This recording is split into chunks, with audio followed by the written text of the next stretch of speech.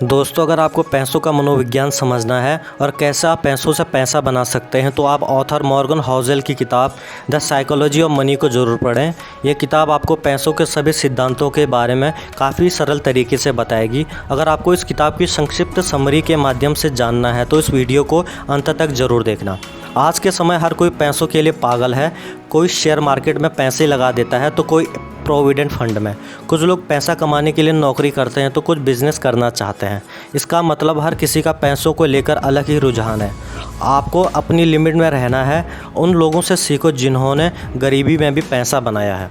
कुछ लोगों की पैसों के मामले में काफ़ी अच्छी किस्मत होती है। कुछ लोग अमीर घरों में पैदा होते हैं जहां वे पैदाइशी पैसे वाले होते हैं, लेकिन कोई भी अपनी किस्मत को काबू नहीं कर सकता है। हम अमीर बनने के लिए किस्मत के भरोसे नहीं बैठ सकते हैं। कुछ लोग 9 to 5 की नौकरी में लगे रहते हैं तो कुछ अपना बिजनेस में लगे रहते हैं। कुछ लोग पैसों के भूखे इतने ज़्यादा होते हैं कि उन्हें हर चीज़ कम ही लगती है। चाहे उनके पास लग्जरी गाड़ी बंगला ही क्यों ना हो, वे चाहते हैं कि उनके पास और ज़्यादा हो, और पाने के लिए वे कभी गलत कदम भी उठा लेते हैं और पूरी तरह से बदनाम हो जाते हैं। आज के समय कंपाउंडिंग के बारे में सभी को पता होना चाहिए। वॉरेन बफेट भी इसी फॉर्मूले से इतने अमीर बने।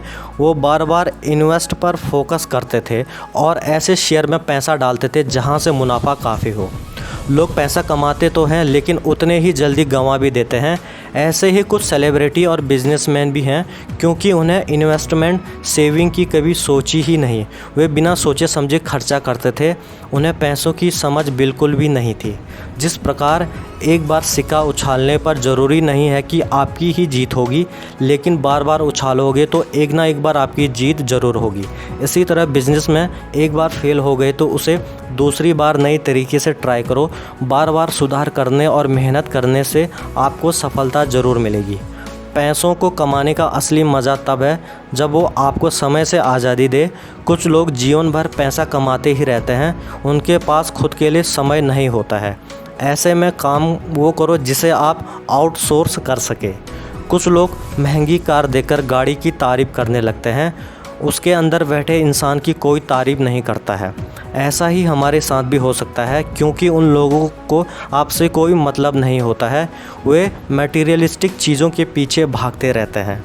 हमें अमीरी वो लगती है जो दिखाई देती है, जैसे गाड़ी बंगला ब्रांडेड कपड़े इत्यादि, लेकिन ऐसे में हमें वेल्थ नज़र नहीं आती है, जैसे इन्वेस्टमेंट प्रॉपर्टी बिजनेस आदि।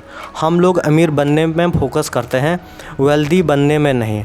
दोनों में काफ़ी फ़र्क होता है। सेविंग के मामले में 3 तरह के लोग होते हैं। पहले वो जिन्हें लगता है कि बचत की ज़रूरत ही नहीं है। दूसरे वो जिनके पास इतने पैसे नहीं होते हैं। और तीसरे वो जो बचत करते हैं। समय के साथ तीसरे प्रकार के लोग बहुत वेल्दी हो जाते हैं और उनका बाकी का जीवन आराम से बीतता है और बाकी लोगों का जीवन तंगहाली में बीतता है। कुछ लोग हर काम में छोटी छोटी कमियां निकालते हैं और किसी भी काम को आगे नहीं बढ़ने देते हैं। ऐसा करने के बजाय आप प्लान बी भी बना सकते हैं, लेकिन आपका काम रुकना नहीं चाहिए। हमारी पूरी लाइफ सरप्राइज़ में चली जाती है। ज़िंदगी के किस मोड़ में क्या सरप्राइज़ मिल जाए किसी को पता नहीं होता है। इसीलिए आने वाले सरप्राइज़ के लिए हमेशा तैयार रहना चाहिए। जीवन में कभी भी उतार चढ़ाव देखने को मिल सकते हैं। पैसा कमाते कमाते हमसे कई गलतियां हो सकती हैं, लेकिन उससे हमें काफ़ी कुछ सीखना चाहिए। किसी भी भारी नुकसान को झेलने के लिए आपके पास रिजर्व कैश होना चाहिए। सारा पैसा एक साथ खर्च नहीं करना चाहिए। वक्त के साथ साथ हम भी बदलते रहते हैं। एक शरारती बच्चा आपको आगे जाकर समझदार हो सकता है और एक मासूम बच्चा बाद में बिगड़ भी सकता है। इसी तरह आज हमने जो गोल बनाए हैं, ज़रूरी नहीं है कि वो आगे जाकर पूरे हो। भविष्य में हम कुछ और नया भी कर सकते हैं। आपका बीता हुआ कल कैसा भी गुजरा हो, आपको अपने फ्यूचर पर ध्यान देना है।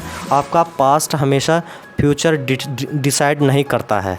पैसों से ही पैसा बढ़ता है, फ्री में कुछ भी हासिल नहीं होता है। अगर आपको बिज़नेस करना है और आपके पास पैसे नहीं है तो शुरुआत में आप कुछ समय के लिए जॉब कर सकते हैं। इसी तरह से कई अरबपतियों ने भी ऐसा किया है। पैसा कमाने के लिए कभी न कभी दूसरों की हेल्प लेनी पड़ती है। अगर आप इंट्रोवर्ट हो तो भी आपको दूसरों से डील या मीटिंग तो करनी होती है, इसीलिए दूसरों की हेल्प लीजिए, उन्हें रिस्पेक्ट दीजिए। अपना ईगो दिखाने की बिल्कुल भी ज़रूरत नहीं है।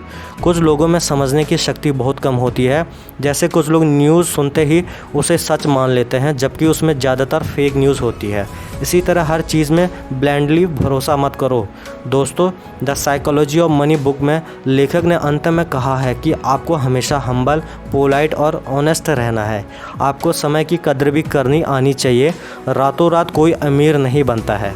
असफलता को स्वीकार करना सीखें और हिम्मत नहीं हारना चाहिए। आज से ही इन्वेस्टमेंट की आदत बना लीजिए। आपको सारी कमाई मौज मस्ती में नहीं उड़ाना है। हमेशा लो कॉस्ट की चीज़ों में खुशी ढूंढो और अपने फ्यूचर, फैमिली और बच्चों के लिए फाइनेंशियल प्लान बनाओ।